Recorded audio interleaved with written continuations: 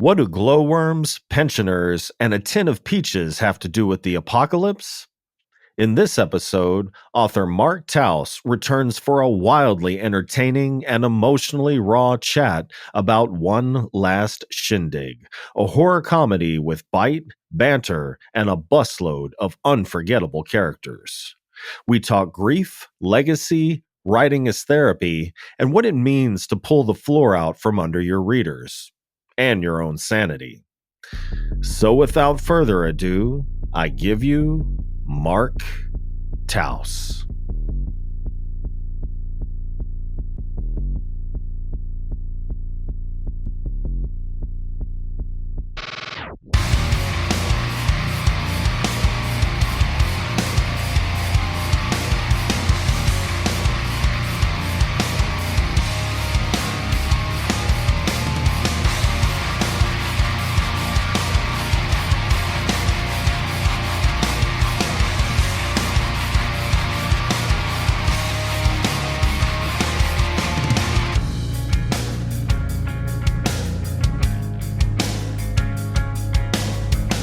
Mark, welcome back to the show. Thank you, Vincent. It's a pleasure to be asked back, and I've missed your sultry tones. Sultry tones. I don't know how I feel about that, Mark. I just thought I'd try and make you feel uncomfortable. Mission accomplished. Right.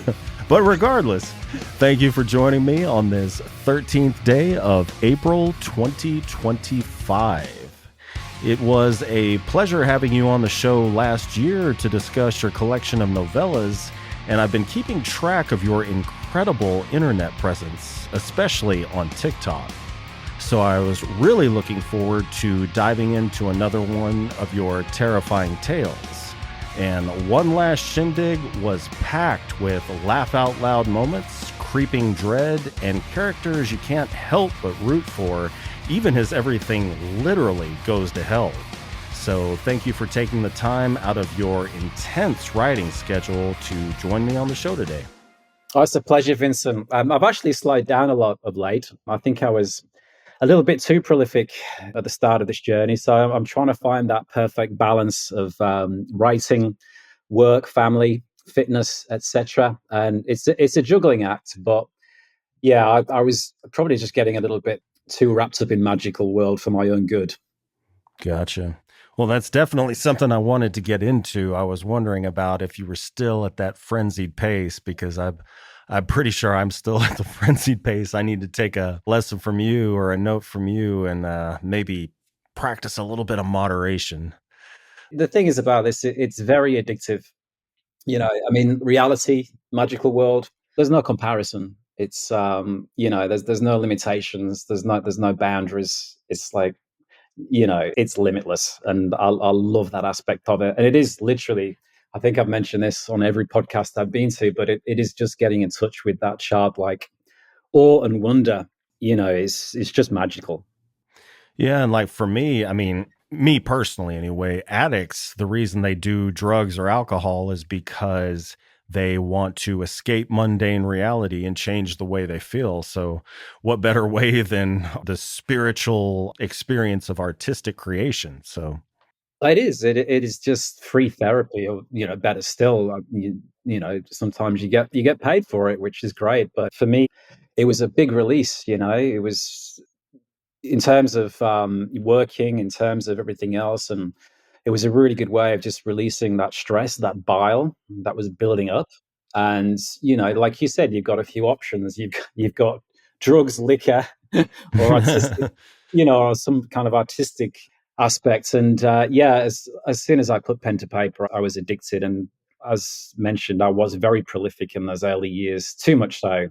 But now I've managed to slow it down and use it as an outlet as and when required. And it's a much healthier balance I've established now. Gotcha. Well, definitely stick a pin in that. Like I said, we'll come back to that later on in the show. But circling back to, I believe, The Last Shindig, even though it's a revised, expanded version, it is your most recent release. Is that correct? Yeah, that's right. Yeah. So I released my second novel with Wicked House, The Sound of Suffering, just recently. I think that was back in Feb. to really good reception. And this is, the One Last Shindig is my latest release through Evil Cookie, which, as you correctly mentioned, was an extension of one I did with D&T originally. But it was one of those stories that's been nagging away at me that I knew had more potential, a bit more meat on the bones, ramp up the fear, ramp up a few more of those cheesy one-liners. And Bob's your uncle. Yeah, look, I'm really chuffed with the way it turned out in the end. Gotcha. Well, to kind of give a little synopsis of it, the book follows a group of elderly folks on an excursion to see a cave filled with glow in the dark worms, or I guess just kind of glowworms. After the visit, they're supposed to head back to the hotel where they're staying. And what they don't realize is that while they've been away, several people in the nearby town have gone completely mad, savagely and indiscriminately murdering others. So when the tour bus arrives at the cave and a few members of the group venture out to see the attraction, the bus driver mysteriously disappears, and that's where the story begins. So the first scene involves a young girl named Violet witnessing the townspeople going absolutely mad. Some of the most disturbing films I've ever seen are the ones that give the viewers like a brief glimpse of normal life for just a few minutes before jumping straight from 0 to 10 on the violence scale. Did you draw inspiration from any films or books that use that 0 to 10 approach to violence? Any particular works that influenced how you paced the first act? That's a really good question. I think, to be honest, probably not. I mean, the way I like to write is to lull people into a false sense of security. I'll give them a few giggles along the way without realizing they're suddenly up to their necks in shit and things start going down. And that's what I love to do. I really like to sneak up on people, and then when they're sort of mulling along, wondering I pull the floor away. And it's good because that bit of comedy, it catches people off guard, and it's a very effective tool. It's just another range on the emotional roller coaster you can really manipulate. Gotcha. Well, Violet's perspective in that opening scene is very raw and visceral. How did you tap into the mindset of a young character processing that level of horror? Because, I mean, we're talking about, I think, one of the main blunt implements is like a can of vegetables or something like that, like a tin can just bashing someone's head in until it's just pulp that you would have to clean up with a sponge. Yeah, that's a good way of putting it, actually. Yeah, but I mean that's the thing, is taking the ordinary and making something really macabre out of it. And in terms of Violet, I mean, I just detailed it how it happened, and obviously, from a young girl's eyes, I mean, this is quite a shock. I mean, all she was after was a packet of biscuits, and all of a sudden you've got an old man smashing some other poor dear's head in with, I think it was a tin of peaches. So, peaches, yeah, okay. I think it was tin peaches. Yeah. So it is. Yeah, it's quite a traumatic, quite impactful first chapter, and I think again it puts people off guard, and then I sort of, start the comedy a little bit and then build up the tension once again. But yeah, so getting into the head of the characters, I mean, I don't know. It's just something that I just let myself fall into. Imagine myself as a kid going through the supermarket, exposed to this kind of horrors. What would I be feeling? I think I wouldn't be that interested in biscuits anymore. But yeah, I love that first chapter. I'm a real big fan of that one, to be honest with you. And then to shoot to a group of crusties on their way to see glowworms in a cave. If I'd have started with that, it might not have had quite the same amount of tension, Vincent. You know what I mean? Yeah. Yeah. So did you use a young girl to kind of ramp up the reader's emotional investment? Yeah, absolutely. Yeah, absolutely. I mean, hopefully they'll sort of look at it, the scene through her eyes, and that will therefore obviously carry much more impact and evoke obviously empathy and fear. But yeah, look, I think she's a great character, and there's a really good story arc for her if you know the ending. Oh God. I think it's I think a lot of the characters in this story go on a You are really fun journey. wrong for that. Damn you. Listeners Well, at I home, think, you're going to have to read the book. yeah, exactly, exactly. But for me, I mean, it's the journey of the characters is just as important as the plot.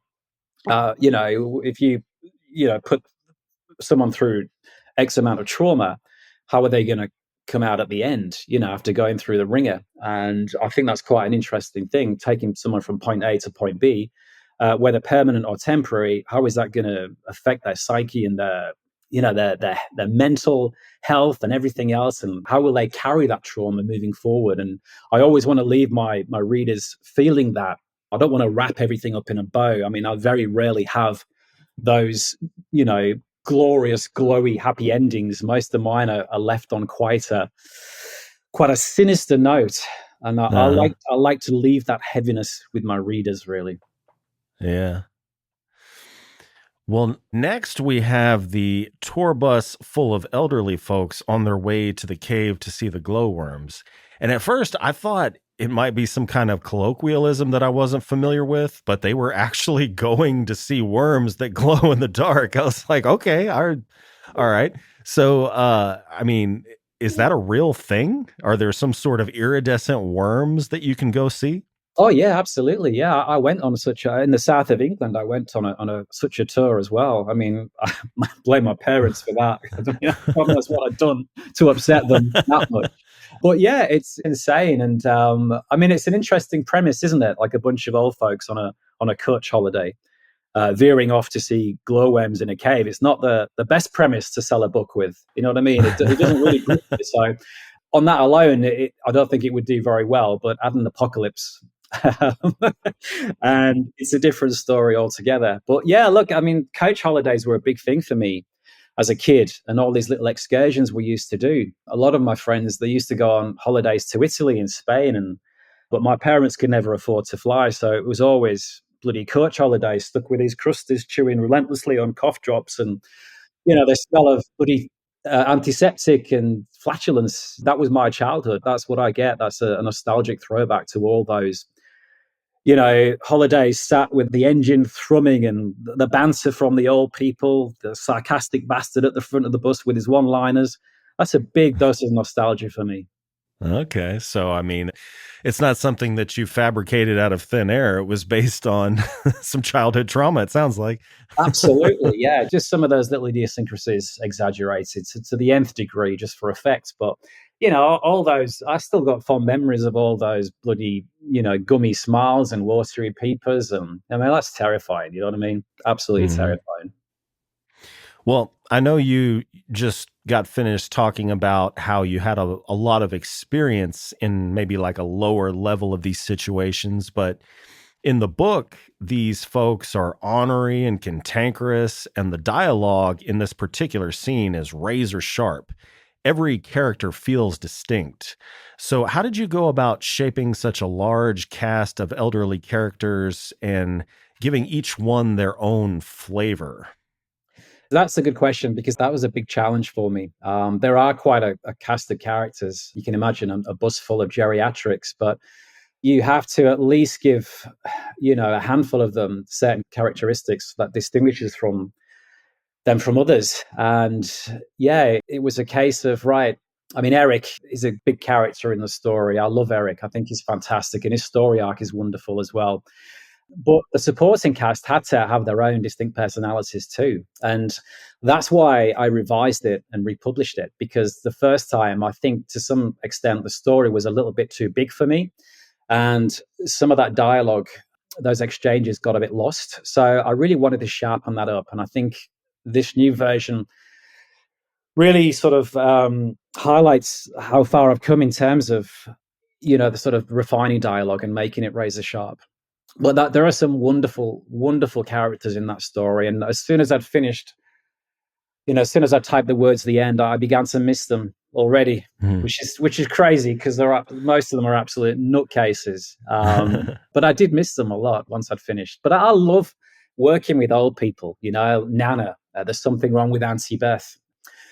Just I don't know. There's just something about them. That assumed innocence and the sort of childlike qualities that they kind of regress to. I'll just have so much fun with it. Yeah, it's weird how somebody, I mean, people of any age, particular people that are just kind of like a handful and they behave in a way that under normal circumstances you might think, oh, that person's rude, that person's selfish, this or that. After you get to know them for a while, you're like, no, that's just the way they are. And you think, boy, I can't wait until this person moves or goes somewhere else. But, probably like a month after they're gone, you're like, you know what? I miss that guy. You're right. Yeah, absolutely. Yeah, it's these little things that make them less ordinary that stand out, and those are the qualities that sometimes we miss when they're gone. You know what I mean? It's quite bizarre. Well, the scene almost feels like a pressure cooker. Little frustrations, old rivalries, and awkward social dynamics, all while something much bigger is lurking in the background. So, how do you use that ordinary discomfort to build suspense? Yeah, again, that's more about keeping people or taking people off guard. If they're involved in those conversations and those little exchanges, they're not going to be thinking too much about what's going to happen on the next page, and I don't want them to think that. That the way I write it as well. I mean, I'm a pantser, so I don't really know what's going to happen 3 or 4 pages in advance. And if I don't know what's going to happen, then I'm hoping the reader has no clue either. And I think that translates really well because they do get lost in these exchanges. They do get lost in the comedy. And as I mentioned in the intro, and then pulling the floor away just is all the more satisfactory. And yeah, before they realize it, they're up to their necks in it. And that's what I want to do in every story I write. I don't want the reader to even try and guess what's going to happen. I just want to basically have them fully immersed. And, things like sharp dialogue do that, and great characters. And that's how you can take people off guard. If the characters are engaging enough, they're not thinking too much about the story. And that's really what I want to do. Gotcha.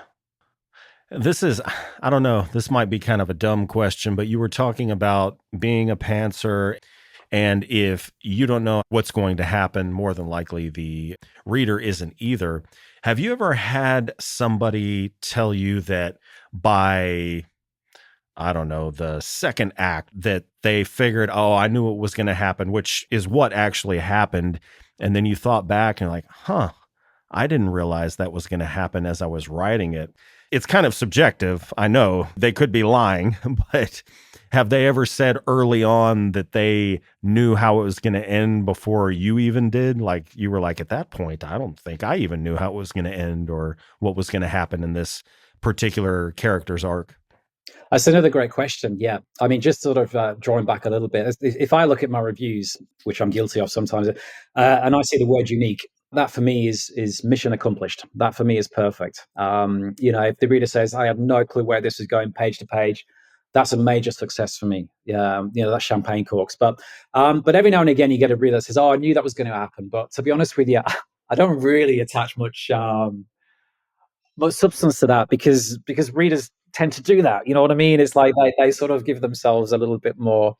They give themselves kudos sometimes for, you know what I mean? These sort of strange ideas that they knew things were going to happen. So I don't always buy into that. But on a handful of occasions, I think people have been genuine in saying that. And I guess our minds must work the same way. I guess, you know, everyone is different and, they have these different visions of how things will progress. But I guess, out of all the readers, that there are going to be a few that align in terms of their ideas and predictions and so forth.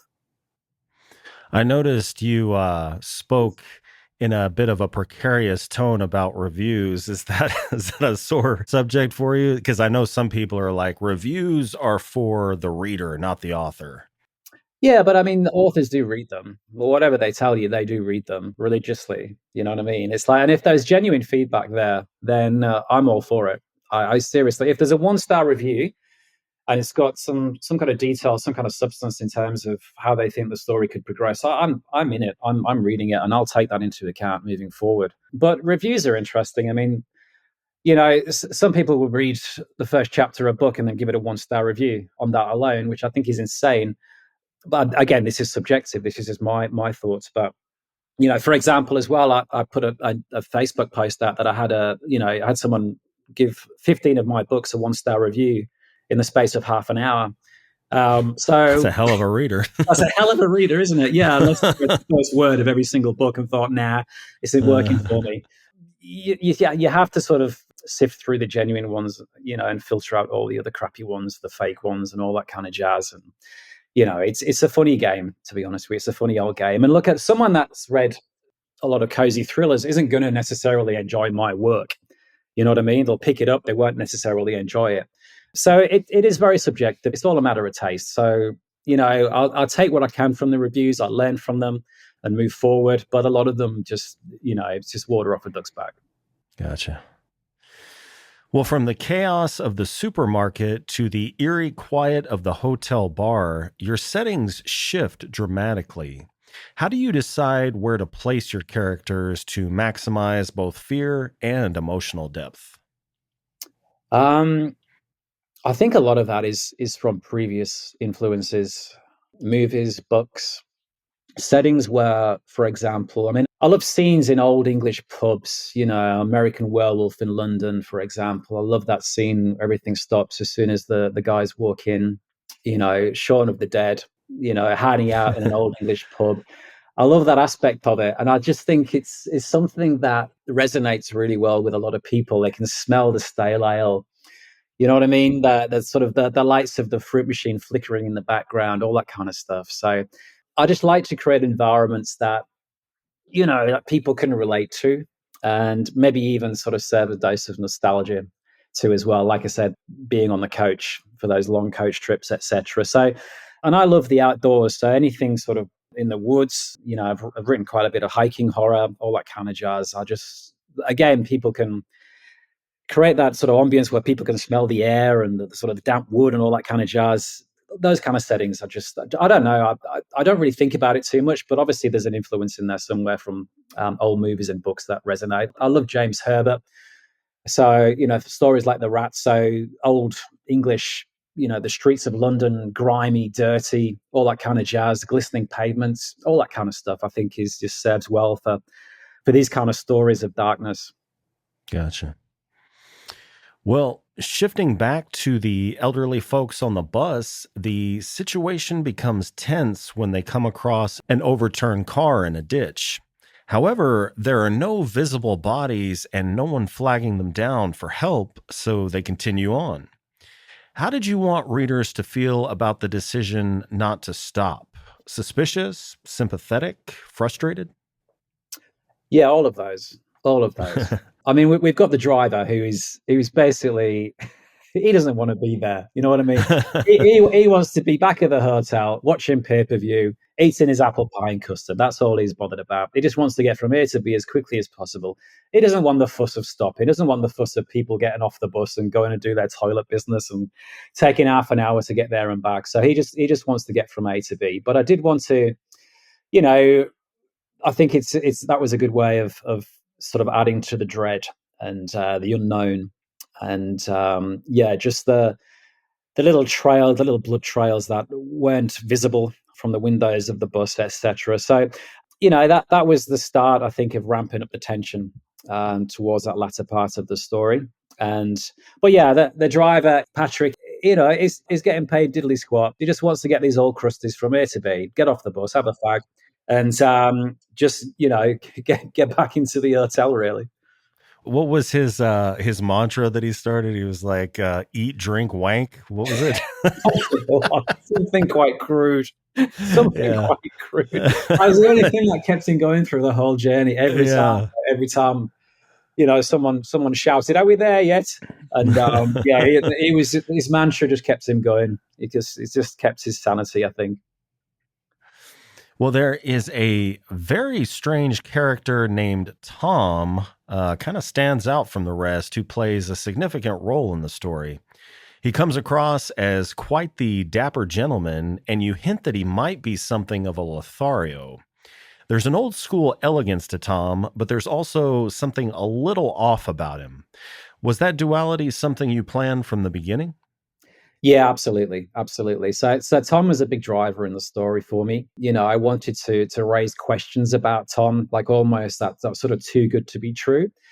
But yeah, his hat, etc., and his posture and everything was quite distinct from the others. And yeah, I just wanted to raise some questions in the readers' heads about that, really. But yeah, look, without giving too much away, he was a key driver for this one. Yeah. And one thing, I feel like I may have missed the significance without giving away any spoilers. So I don't know, maybe you can answer this, maybe you can't. We come to the first instance of a character disappearing. People begin to disappear, and each disappearance or each bad thing individually that happens is preceded by the appearance of a deer. And deer are often seen as gentle, almost spiritual creatures. So, what inspired you to kind of flip that on its head and make it a harbinger of violence and death? Yeah, look, I mean, there was an element of that, but I just wanted to shift things on the head and sort of have things behaving in an unnatural way. And I think, again, that hopefully sparked some suspicion in the readers' heads that the deer was frightened of something else, maybe way more than humans. But I don't want to sort of give too much away. But yeah, I just wanted to sort of throw that on its head a little bit. Yeah. Yeah, I think it was a book by Andrew Nyberg. It's a very effective tactic to use animals that have a more refined and more heightened sense of basically everything than we do, to find them running like hell from something. Even though Yeah, you can't see it, you're like, oh, what the hell are they sensing? We should probably absolutely. be following suit. Yeah, maybe. Absolutely. But the fact that this deer almost sort of took some comfort in being near a human, I think it sort of tells a story, in its own right, really. Yeah. Well, without spoiling anything, one of the first major deaths is a big turning point. How did you decide who would be the first to go, and what impact did you want the moment to have on the readers? Yeah, like I think the character concerned, like I think he just had to go because he was a key part of their salvation, which was potentially the hotel at the end of things. So I just wanted to sort of take that person out of the equation because I think that would instill more panic. Because I guess we can say it, but the driver was, he was the one driving something that was at least offering some element of security. And he was the one that was to some extent issuing instructions and had some sort of elements of control over them, and then to take away that only sort of little source of authority, not authority, but you know what I mean. I think just caused a little bit more disarray than it would do if it was just one of the passengers. Gotcha. Well, as the old folks wait for everyone to finish the glowworm cave, they engage in their usual banter. And characters like Edith, Eric, and Liv bounce off of each other with quite a bit of energy. I alluded to them earlier about their cantankerous, combative personalities. So, were any of them especially fun or difficult to write? None of them were difficult to write, no, because I was there on that bus with them. I was there in that cave with them, and I was, and like I said, that's drawing back on all the sort of experience and the events that have happened in my life as a child. I still quite often look back on those kind of journeys and scenes with a lot of nostalgia. But whilst I berated, I mean it was funny as a child. It was funny to watch these old people exchange and elbow each other and stuff like that, and take the piss out of each other. It was quite comical, and some of them, like their one-liners are pretty sharp and definitely caught me off guard. So for me, it was just a case of like taking my seat on that bus again and going on that journey with them. So it was pretty easy. The weird thing is, my mother is my first reader.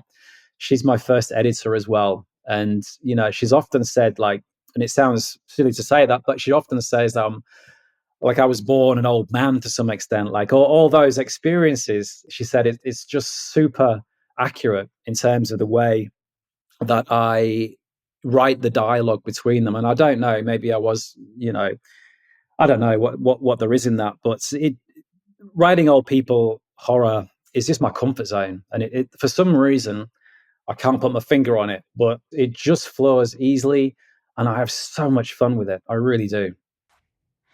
So we talked about it earlier about the way you kind of fleshed out multiple characters. Were these based directly on people you remember, or just characteristics that you kind of cull from them and put together? Yeah, just many characteristics rolled into a single nutcase, really. And there's many to pull from. There's many to pull from. Like I said, you've got the cantankerous old bastard at the front of the bus, like, having a go at the driver, saying, "Are we there? Yeah." Got the old dears doing their knitting, sort of bickering, almost arguing, but not. You know what I mean? That old style banter.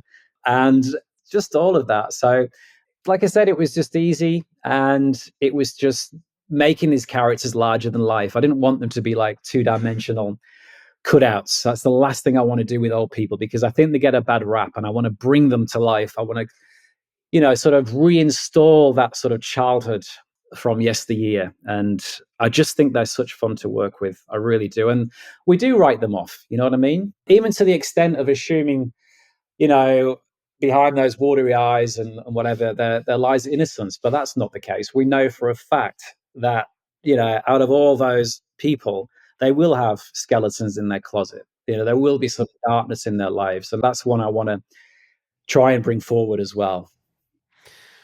Well, once they realize that Patrick, the driver, is missing, Tom and Edith go looking for him. And while they're looking for them, Tom becomes very reflective. This chapter flirts with themes of mortality and legacy as Tom looks to the stars, thinking about people who leave a mark. So are those ideas central to the book overall? Yeah, quite possibly. I think it's talking about attachment, but I mean, primarily, I think is as a writer, you can't help but download your own personality to these stories, and it's quite often I'll go and look at the stars and sort of reflect. I lost my father like a few weeks ago, so for example, I find myself doing that quite a lot and just sort of reminiscing and so forth. But I think sometimes that kind of thing of just staring at the moon is like a freeze frame, because life is so fast. But if we just put these little benchmarks now and again, it sort of helps slow things down and put things into perspective. And it's a weird thing, because how many times are you going to look at, the sort of sun setting, for example? It's not an infinite amount, and it's much less than you think. So that kind of stuff, sorry to sound so morose, but I think it's important as a point of reflection and a time to really consider relationships and where your priorities are in life. Yeah, I've been reading a lot of Stoic philosophy lately, and I have this app on my phone. You know what the concept of memento mori is, right? Yeah. Yeah. So it's like this diagram of, I forget how many weeks it equals out to, but the average life expectancy is supposedly 80 years. So it's like a visual representation of these little grids that represent weeks filled in, to where you see how much has been spent and how much is left over. Just look at it every day. Yeah. You talk about being morose. So what does that teach you? What do you take from that then? Oh, just like when you've got some issue you're dealing with, or somebody pisses you off, or any number of existential issues that you're dealing with, like how would you deal with it if you knew you were going to die tomorrow morning? Yeah. Yeah. It's a good exercise to do, isn't it, to be fair? Because we always sort of stress just seems to take priority about everything else at times, but it's really is it really that important? Is it really that urgent? But I'm a sucker for that, but I've found writing, amongst other things, it really helps me out with that, because it takes my mind off it, and I'm not just purely thinking about work in my downtime. I'm thinking about my next story, and that's super important for me. I used to get in the shower in the morning, beat my chest and chant cash, cash, cash, and my God, I was insane. I was on the verge of insanity, and I was getting home from work and drinking a bottle of wine every night. What a mess. So I knew I needed something else in life, and this has been a great, maybe call it distraction. I don't know, that's probably the wrong word, but it's it's super important for me to have some creative outlet to get rid of all that crap. Yeah, I was talking with Nathaniel Blackhelm, I think he's somewhere close to my age, and, just being middle aged to begin with, and how that's when a lot of people start getting spiritual and doing like the eat, pray, love kind of, what are we pilgrimages and stuff like that. Yeah. I'm not spiritual in that sense, but definitely like the artistic pursuits is kind of my brand of spirituality. And it sounds like it's yours too. Like, I don't think you're not contemplating your navel in the morning. At least I don't think you are. Maybe you are. No, like I've tried all sorts. I mean, I was, I tried marathon running. I was doing that for a while, surfing, golf. But I mean, again, they're definitely more distractions and they're great to do. They're fantastic to do. But I think I just needed something that felt sort of half productive in a way, but also something I could really lose myself in. I mean, look, I'm nursing a pickleball injury at the moment. I don't know how friggin' middle aged that makes me sound, but when the fitness and as I get older, I can't run anymore. My legs swell up to tree trunks, I needed something else, something that I could really immerse myself in, and writing is just perfect. It's just perfect. Yeah. Mhm. Well, circling back to the book, the folks get tired of waiting around the more unsure and the more, I guess, hungry and restless they get. So a few of them band together and decide they're going to make a trek back to the hotel to get provisions and get some help to come back and get the rest. And as they're trekking through the woods in sub-zero, I can't remember what the temperature was supposed to be, but they're trudging through snow.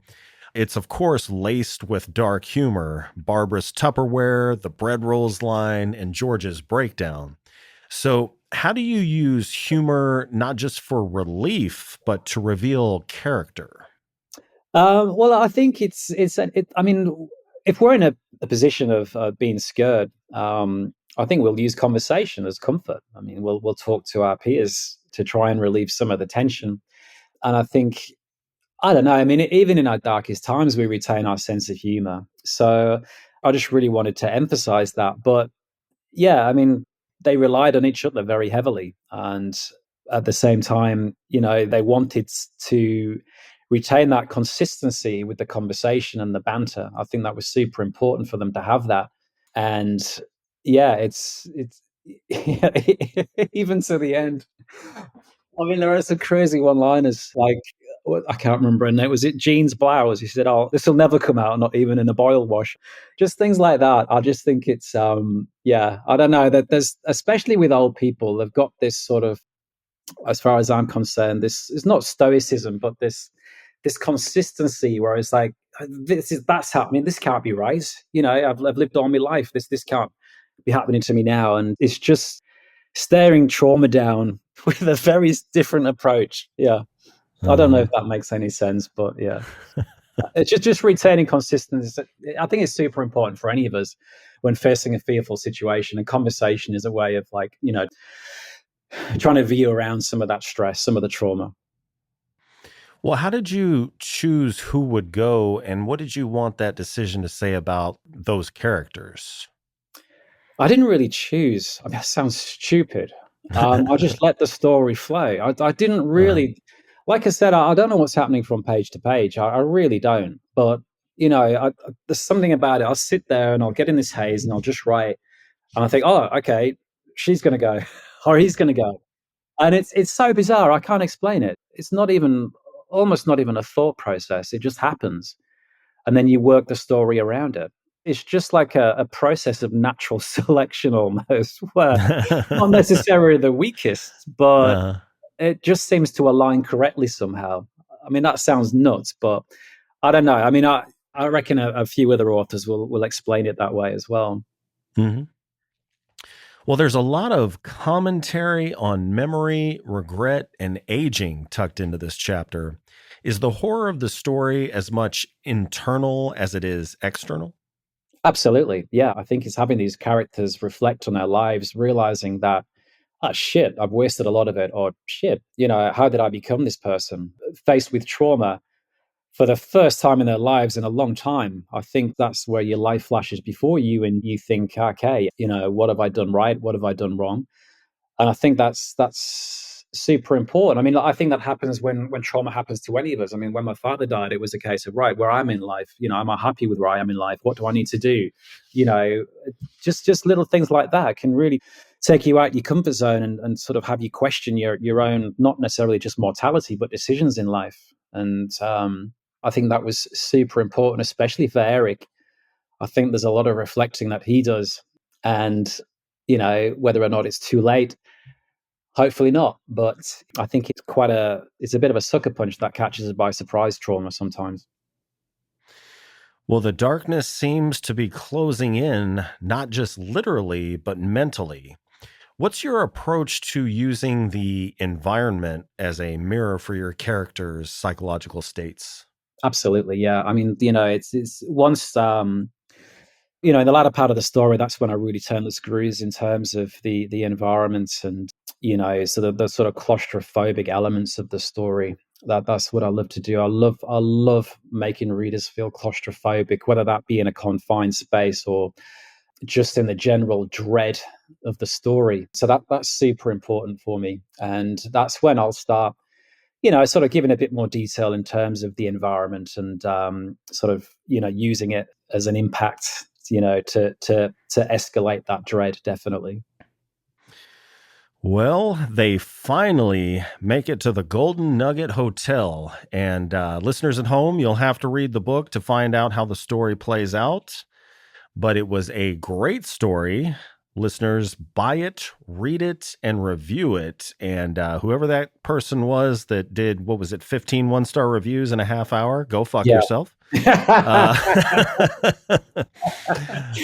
So That's my mantra for the day now. yeah. Well, so this story, we talked about it earlier, was originally published in 2022, I think. Yeah, you're right.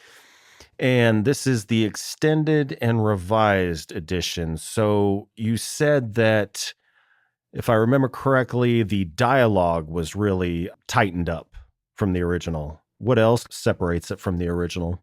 Oh, some of the important scenes are fleshed out quite a lot. And I've also notched up the dread quite a lot as well. I mean, it got really good reviews.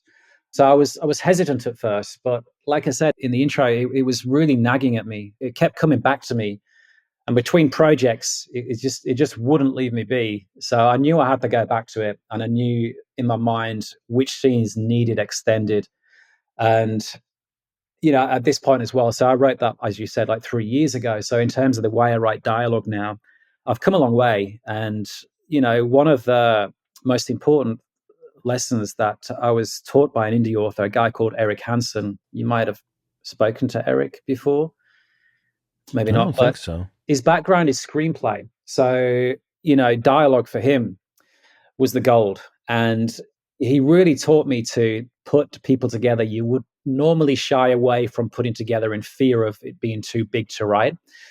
That was really important in terms of mixing the story up. And, if you put certain characters together, just watching the fireworks. And yeah, I mean, I think you've always got to challenge yourself as an author, and being too scared to write something because you feel it's too big, it's just a cop out. You've really got to put yourself through it. And if it doesn't work, it doesn't work, but at least you've tried. So that was a big thing for me, mixing characters up and just seeing what happens. Well, we talked about this last time and also talked about it earlier in the show, how we both discovered our artistic passions later in life. And after we found them, we started to create at such a frenzied pace. It's almost like we were trying to make up for lost time. So you said that you've moderated a bit. I mean, it seems like you are producing both, what would you say, written content and social media content at a pretty exponential pace. So how do you maintain that, but still at the same time be at a moderate level to make sure you're making time for family and, just in general, being able to sit down and let your mind wander without, constantly being in a hyper-focused state? Yeah, there isn't a great deal of downtime, to be honest with you. And what I think I was guilty of in the past writing these stories, being super proud of them, but then never talking about them and just sort of thinking, oh, they're going to sell. That was my protocol. But, now I've sort of, wound down a little bit in terms of the writing. It allows me to go back and talk about those books.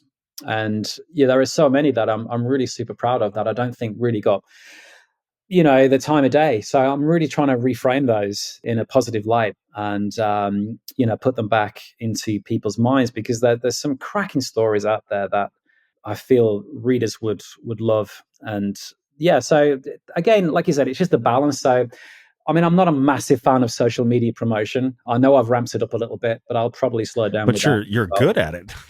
I'm not. I'm so Oh, cheesy, man. I'm all so right. cheesy. But yeah. Yeah, I mean, Steph looks at my wife. She looks at some of my TikTok sometimes, and I think she wonders what she's married. But honestly, yeah, she looks at them on them with disdain, and she says, "Mark, you really need to sort yourself out. You need to get more professional." But I don't know what I'm doing. You know what I mean? I haven't got any time enough as it is with working and trying to write, family, and promoting. It's nuts. And you mentioned, when are you ever not in a hyper focused state? I don't believe I ever am. It's just insane. There's always something to be doing, whether it's writing, promoting, the day job. It's just, you know, it's nonstop. It's nonstop. As an indie author, it is nonstop. But I'm not alone. I know that. It's the same for everyone. Yeah.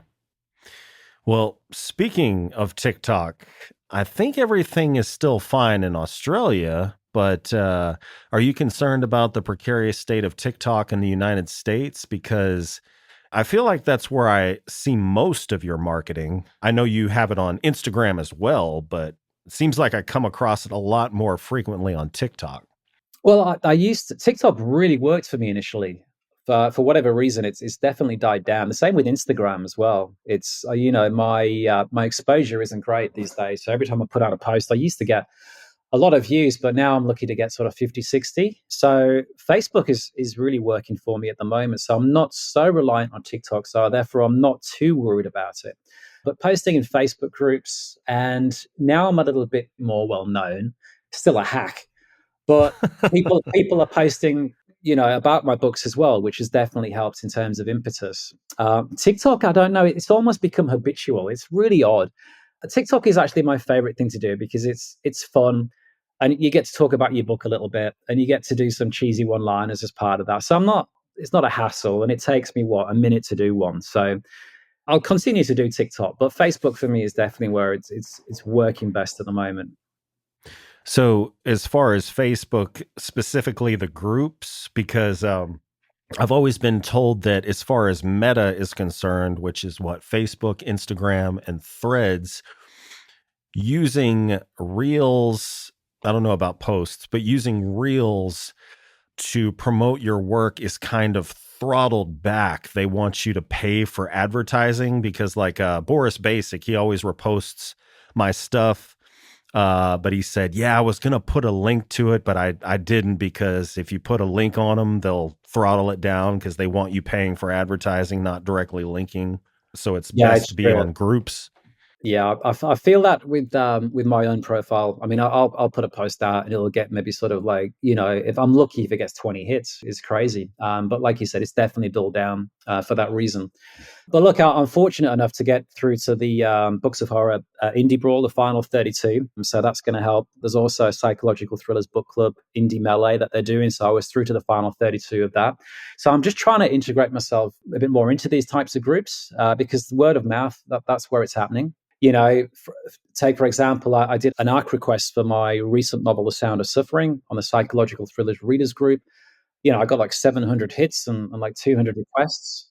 So, I mean, it's an ARC, but, those people will then go on to talk about the book in the group. And I think there's like 1.2 million members in that group. So that's proven to be the most effective way of getting my name up there at the moment. Rather than just continuously screaming into the void, it might be somewhat cathartic, but it's totally bloody useless, to be fair.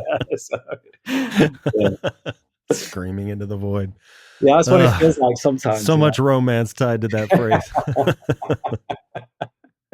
But that in itself can be often cathartic. It's weird. It can sometimes be as cathartic as the writing. It's an odd Yeah. it's an odd process, but Well, are there any new authors that you've been impressed with that you'd like to give a plug? Well, I've just read Red Hill Paradise by Caleb Jones. That was Oh, really good from shit. Wicked House Publishing. You read that one? Oh, yeah. That's good That fun. is. I enjoyed that. Yeah, no, it's really good. Really enjoyed that one, to be fair. Really enjoyed that one. I'm a member of a book club, but they don't often read horror. So I've got a few other things on the cards that aren't horror related, which is, I don't know. I'm thinking of leaving the book club because it's a bit boring. But yeah, there are a few indie authors that I promised I'll read arcs for. It's just when you do that, it's all well and good at the time, but then you realize you've got 5 or 6 arcs to go. Um, and like, yeah, hardly enough time as it is. So that's when you start feeling pressure, which is the Yeah. last thing you want to be doing when you're reading, is feeling like, an obligation to someone. But you got to give back. You've got to give back in this community as well. Yeah.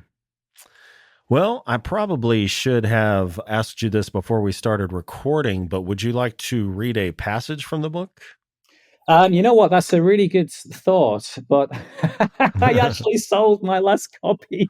Oh, well, I actually sold my last that's copy. good. That's a Yeah, good it thing. is great. It is great. Like, for anyone who's on the fence, I mean, if you want a palate cleanser and you fancy a bit of old people horror comedy, this is, without sounding cheesy, this is one hell of a ride. It is, very fast paced. There's some great banter, some fantastic characters, a lot of laughs, some tears, and a bit of heartbreak in there as well. And I'm really chuffed with the ending as well. I think it's a crackerjack of an ending. So go and pick it up. It's a very short read. I think it's about 135 pages, even though it's an extended revised edition. And yeah, it's a good gateway into my work because it's got the giggles, but it's also got a healthy dollop of fear in there as well. Yeah, and I actually showed my wife the cover. She was really impressed. I mean, it reminds me of some covers that I've seen on Aaron Beauregard's Okay. books. Yeah. Yeah. Yeah. It jumps from the page, doesn't it? That one. It Yeah. jumps, and you can almost feel the heat. And that, Uh-huh. that was, I mean, I had the original one done, and Don Noble is fantastic. He did the original version, and he did it exactly as I requested it. It was perfect. But just in terms of the theme of the story, Trap Jones, Evil Cookie Publishing, just pulled off something quite masterful. It's cartoonish, but it's adrenaline charged and it's dark. And I think he's just captured the whole essence of the book in that cover. So I can't thank him enough for doing that. I think it's brilliant. Yeah, absolutely. Well, let's see. Final question. Have there been any big events in your life since we last spoke? Well, without sounding morose, my father's death. Let's bring it down. death, yes. Well, that was a challenging time for me because I'm so close with my dad, and although he lives in England, we were always tight.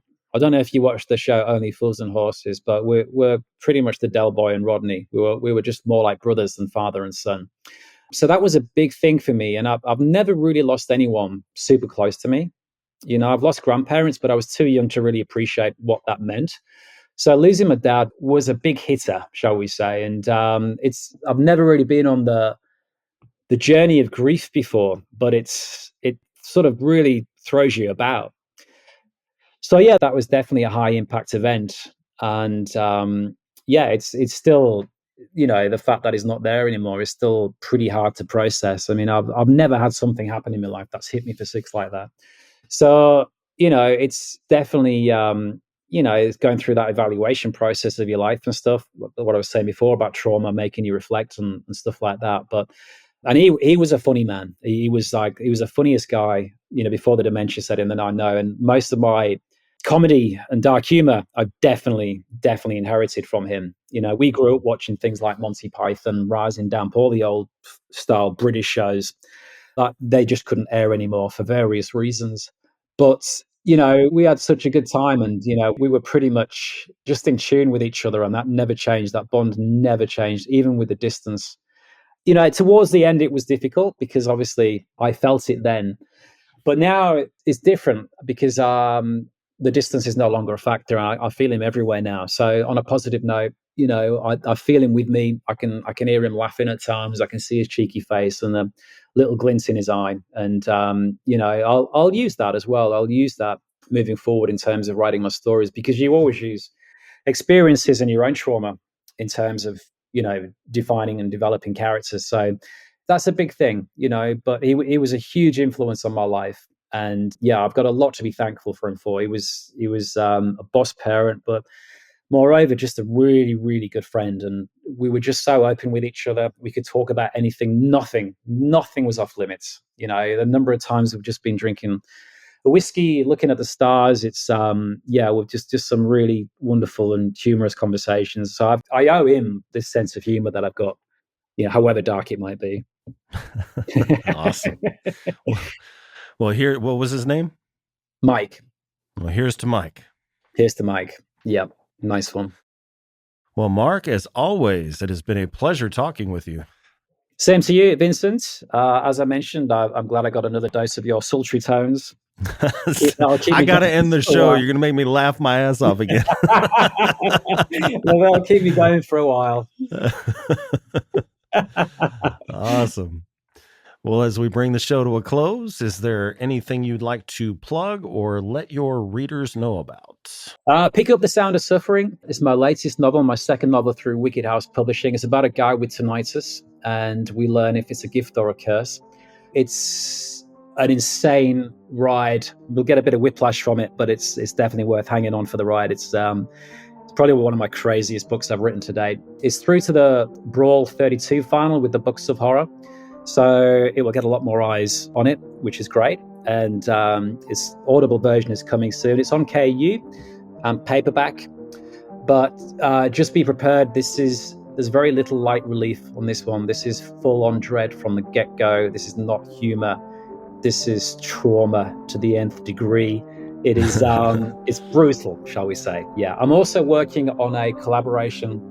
Got to get the guy Nathan Ludwig. I don't know if you spoke to Nathan before. Mm-mm. He's another great indie author and filmmaker. But we're working on a collaboration called Old Haunts. And the only way I can think of describing it, it's sort of a cross between... I always forget the name of that film. It begins a horror film beginning with I. Short word. It's about a guy that goes to a different plane, and there's a psychic involved as well. I can't remember that. I can always forget the name. But anyway, it's a cross between that and the Three Stooges, put it that way. So it's a horror comedy about these three ex-cons turned ghost hunters who go in search of some buried cash, on the words of a psychic. Insidious. Oh, Insidious. Oh, yes. So it's a cross between that and the Three Stooges. Gotcha. Yeah, read into that what you will, but it's fun. All right, well, sounds good. Well, definitely do stick around when we disconnect. Just need to give you some quick information. Listeners at home, all links will be in the description. And Mark, thank you again for joining me. Thank you, sir. Much appreciated. And thank you to everyone who tuned in. If you enjoyed today's episode, please be sure to like, share, and subscribe to my YouTube channel.